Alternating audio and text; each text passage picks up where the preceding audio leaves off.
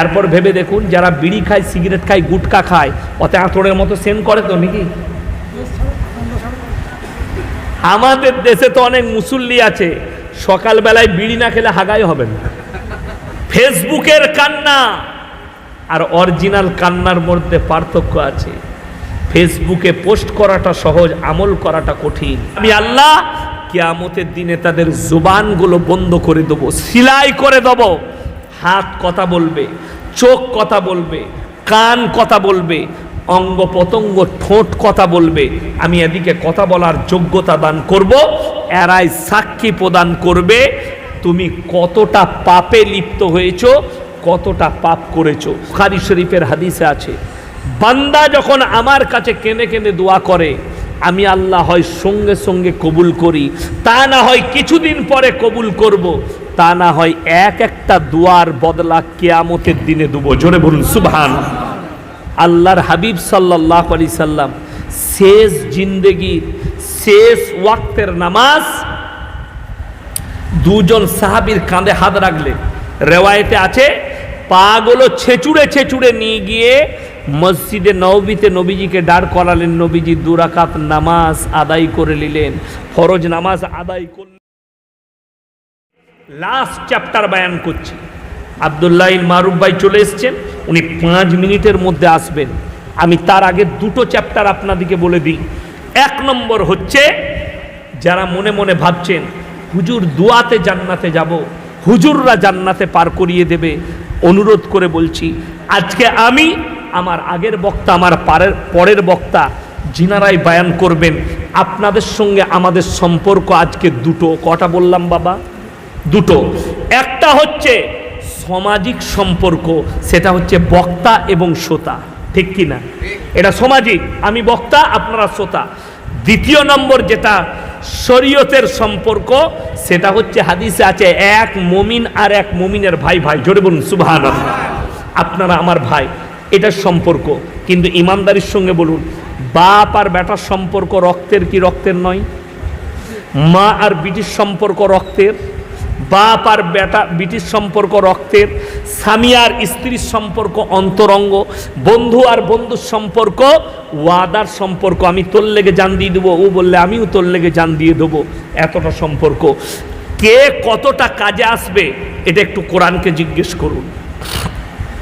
ইয়াউমা ইয়াফিরুল মারউ মিন আখি ওয়া উম্মিহি ওয়া আবি ওয়া সাহিবাতিহি ওয়া বানিহি লিকুল্লি ইমরিইম মিনহুম ইয়াউমাইদিন শানুন ইউগনি। হে আমার নবী, বলে দাও কিয়ামতের দিনটা এত ভয়ানক দিন হবে, স্বামী স্ত্রীর কাছে ছুটে যাবে। স্ত্রী বলবে, দুনিয়াতে আমার কোনো স্বামী ছিল না। বাপ বলবে, বেটা ছিল না। বেটা বলবে, বাপ ছিল না। মা বলবে, বিটি ছিল না। বিটি বলবে, মা ছিল না। বন্ধু বলবে, বন্ধু ছিল না। কেউ কারুর জন্য যাররা পরিমাণ বোঝা বহন করবে না। অপর জায়গায় আল্লাহ কোরআনে বললেন, হে আমার নবী, বলে দাও আমি যখন পৃথিবীর মানুষের হিসেব নেব, কত সহজে নেব শুনিয়ে দাও। ইকরা কিতাবাক কাফা বিনাফসিকাল ইয়াউমা আলাইকা হাসিবা। আমি আমার বান্দা বান্দীদের হাতে তাদের আমলনামা ধরিয়ে দেব। আর কিয়ামতের দিনে আল্লাহ বলবেন, তোমরা নিজের মুখেতে নিজের হিসেব দাও। তোমরা নিজের মুখে নিজের হিসেবটা দাও, নিজে পড়ে শোনাও আমলনামাটা। কোন জায়গায়, কত সেকেন্ডে, কত মিনিটে আপনি কোন পাপটা করেছেন। যারা আর এক দলকে আল্লাহ তাআলা কিয়ামতের দিনে তাদের জবানগুলো বন্ধ করে দিবে। কিভাবে? আল ইয়াউমা নাখতিমু আলা আফওয়াহিহিম, সূরা ইয়াসিন, ওয়া ইউকাল্লিমুনা আল ইয়াউমা নাখতিমু আলা আফওয়াহিহিম ওয়া তুকাল্লিমুনা আইদিহিম ওয়া তাশহাদু আরজুলুহুম বিমা কানু ইয়াকসিবুন। আমি আল্লাহ কিয়ামতের দিনে তাদের জবানগুলো বন্ধ করে দেবো, সিলাই করে দেবো। হাত কথা বলবে, চোখ কথা বলবে, কান কথা বলবে, অঙ্গ প্রত্যঙ্গ, ঠোঁট কথা বলবে। আমি এদিকে কথা বলার যোগ্যতা দান করব, এরাই সাক্ষী প্রদান করবে তুমি কতটা পাপে লিপ্ত হয়েছো, কতটা পাপ করেছো। ওই জন্যে প্রত্যেকটা ভাইকে অনুরোধ করব, সবাই পাপ মুক্ত জীবন গড়ব। জোরে বলুন ইনশাআল্লাহ। সন্তান দিকে নসিহত করুন, জীবনে পাপ করো না, পাপ কাজ থেকে দূরে থাকো। গাঁজা মদ। যেমন দেখুন, মুসলমান পাপ করে, আপনারা নিজের জন্য হালাল করে রেখেছেন, হুজুরের লেগে হারাম করে রেখেছেন। কি বলুন তো? আচ্ছা, পেঁয়াজ খেয়ে, কাঁচা পেঁয়াজ খেয়ে মসজিদে যাওয়া যাবে? কেন? কথা বলে না কেন? মুখ গন্ধ ছাড়বে। নবীজির হাদিস, তোমরা কোনো মুমিন ভাইকে কষ্ট দিও না। জোরে বলুন সুবহানাল্লাহ। আপনি কাঁচা পেঁয়াজ খেয়ে মসজিদে গেলে আপনার মুমিন ভাই কষ্ট পাবে, এই ভয়ে আপনি যাচ্ছেন না কাঁচা পেঁয়াজ খেয়ে নবীজি নিষেধ করলে। এরপর ভেবে দেখুন, যারা বিড়ি খায়, সিগারেট খায়, গুটকা খায়, ওতে আঁতড়ের মতো সেন করে তো নাকি? আমাদের দেশে তো অনেক মুসল্লি আছে, সকালবেলায় বিড়ি না খেলে হাগাই হবে না। ঠিক বললাম না ভুল বললাম? এই দেখেন, এই যে পানির বোতল, এরা কমিটির ছেলেরা আমাকে দিয়েছে খাবার লেগে, আমি পানি চেয়েছি। এই বোতলে লিখে দিয়েছে, হুজুর এটাই বিষ মিশানো আছে, আপনি খেলে মারা যেতে পারেন। এটার পান করা যাবে? জেনে শুনে আত্মহত্যা করা কি পাপ, গুনাহ। জেনে শুনে আত্মহত্যা করা হারাম। সিগারেটের প্যাকেটে, গুটকার প্যাকেটে, বিড়ির প্যাকেটে ক্যান্সারের কারণ, হানিকারক লেখা আছে না নাই? তুমি জেনে শুনে নিজের জীবনের ক্ষতি করছো। কেউ বলতে পারবেন বিড়িতে, সিগারেটে, গুটকায় কত পার্সেন্ট আছে, উপকার আছে? কথা বলে না? 1% নেই। যদি 1% না থাকে, আপনি কি করে সেগুলো খাচ্ছেন? ইমামকে জিজ্ঞেস করছে, হুজুর বিড়ি, সিগারেট, গুটকা খাওয়া কি? হুজুর বললে মাকরু। এখনই যদি আমি কমিটির ছেলেকে বলি, আমার বেশ মুডটা চাকছেন, একটা ক্লাসিক সিগারেট নিয়ে আয়, আপনারা আর বায়ান শুনবেন আমার? আপনারা কি বলবেন? কোন হারাম করকে দাওয়াত দিয়েছিস বে, সিগারেট খাচ্ছে স্টেজে? আমি খেলে হারাম আর তুমি খেলে মকরু। ফতোয়া পেলে কোথায়? কবরে যা, খালি ঝাঁটা খাবি। কষ্টটা ওই জায়গায় লাগে। আপনি হুজুরদের লেগে হারাম করেছেন আর নিজের লেগে হালাল। বিসমিল্লাহ। এটাই হচ্ছে কষ্টের। সর্বপ্রথম আপনার বিড়ি, সিগারেট, গুটকায় যে মানুষটা কষ্ট পায়, সে হচ্ছে একমাত্র আপনার স্ত্রী। কে বললাম? স্ত্রী। তাকে জিজ্ঞেস করবে, আমি বিড়ি খাই, গুটকা খাই। আরে কত স্ত্রী অভিযোগ করতে পারে না, বহু হারামখোর আছে রাতের বেলায় মদ খেয়ে এসে স্ত্রীকে কষ্ট দেয়। দেয় না? দেয় না?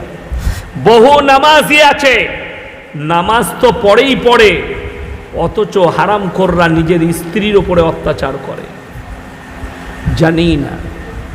ওই জন্যে শরীয়তটাকে আপনি নিজের ঘরের জায়গির ভাববেন না। মন চায় জিন্দেগির নাম ইসলাম নয়, রব চায় জিন্দেগির নাম হচ্ছে ইসলাম।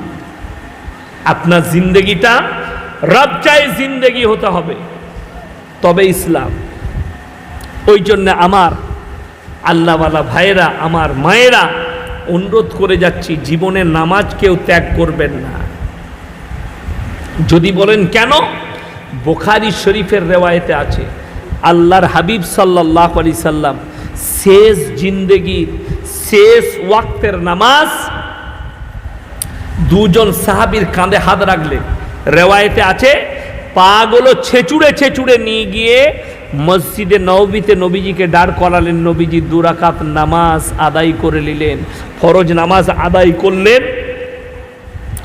তখনও নবীজির নামাজ মাফ হয়নি। আর হাইরে মুসলমান, তুমি কাজের বাহানা দাও, চায়ের দোকানে হারামখোর 3 ঘন্টা আড্ডা মারছে, আর নামাজের লেগে বলবে সময় হয়ে উঠছে না। ঠিক বললাম না ভুল বললাম? চায়ের দোকানে 3 ঘন্টা বাজারে আড্ডা দিচ্ছে, নামাজের কথা বলবে ভাই সময় নেই। ওই জন্যে একটা গজল আছে খুব সুন্দর, নামাজকে বলো না কাজ আছে, কাজকে বলো নামাজ আছে। হীরের মতো দামি কথা। গোটা পৃথিবীর আমাদের ভারতের যুবকরা ফেসবুক, ইন্টারনেট, টুইটার সব জায়গায় পোস্ট করছে কি, আমাদের বাবরি মসজিদ চলে গেছে। তুমি কাঁদছো বাবরি মসজিদের জন্যে, আর তোমার মসজিদ কাঁদছে তোমার জন্যে, তুমি জীবনে নামাজ পড়তে যাও না। হাই রে যুবক, তুমি কি করে বাবরির জন্যে কাঁদছো? কোন মুখে? ফেসবুকের কান্না, আর অরিজিনাল কান্নার মধ্যে পার্থক্য আছে। ফেসবুকে পোস্ট করাটা সহজ, আমল করাটা কঠিন। তুমি যদি মসজিদের পার্টিতে, নামাজের পার্টিতে গিয়ে কাঁদতে, আল্লাহ বাবরি মসজিদ চলে গেছে, তুমি আমাদিকে মসজিদ ফিরিয়ে দাও, ওরে হারামখোর, কবুল না হলেও কমপক্ষে নেকিটা পেতিস। জোরে বলুন সুবহানাল্লাহ। যারা দোয়া করেন, যদি মনে করেন আমার দোয়া কবুল হচ্ছে না, আপনি বহুত ভুলে নৈরাশ হবেন না কেউ। জোরে বলুন ইনশাআল্লাহ। নৈরাশ হওয়া যাবে না। আপনি দোয়া করুন, শাম, সকাল, সন্ধে, ফজর, তাহাজ্জুদ দোয়া করুন। বুখারী শরীফের হাদিসে আছে, বান্দা যখন আমার কাছে কেঁদে কেঁদে দোয়া করে, আমি আল্লাহ হয় সঙ্গে সঙ্গে কবুল করি, তা না হয় কিছুদিন পরে কবুল করব, তা না হয় এক একটা দোয়ার বদলা কিয়ামতের দিনে দেব। জোরে বলুন সুবহানাল্লাহ। আপনি নৈরাশ হবেন না, দোয়া করুন, আল্লাহ তুমি আমার দোয়াকে কবুল করে নাও। আল্লাহর কাছে দোয়া করবেন, আল্লাহ হালাল রিজক দান করো, আল্লাহর কাছে কাঁদবে। তাই আমার ভাই, আমি বেশি কিছু বলবো না। আমার পরবর্তী বক্তা আসছেন, হায়াত বাকি তো মুলাকাত বাকি। নামাজ ছাড়বেন না, রোজা ছাড়বেন না। আমার আব্দুল্লাহিল মারুফ ভাই আসছেন, আমি আর সেরকম কিছু বলবো না। ইনশাআল্লাহ আগামীতে আবার যদি আল্লাহ কোনোদিন আনায়, কোনোদিন আপনাদের সম্মুখে হয়, আল্লাহ হায়াত বাকি রাখলে, ইনশাআল্লাহ আল্লাহ চাইলে আবার মুলাকাত হবে। আপনারা আমার জন্যে দোয়া রাখবেন, আমার মাদ্রাসার জন্যে দোয়া রাখবেন, আমার পরিবারের জন্যে দোয়া রাখবেন। আমি কালকে সফরে যাচ্ছি, আমার সফরের জন্যে দোয়া করবেন, আল্লাহ যেন আমার সফরকে কামিয়াব করে। বলুন আমিন। আর সকলের জন্যে লাস্ট একটা দোয়া দিচ্ছি, সবাই আমিন বলবেন। আল্লাহ তাআলা আমাদের সকলকে মৃত্যুর আগে এহরাম বাঁধার তৌফিক দান করুক। বলুন আমিন।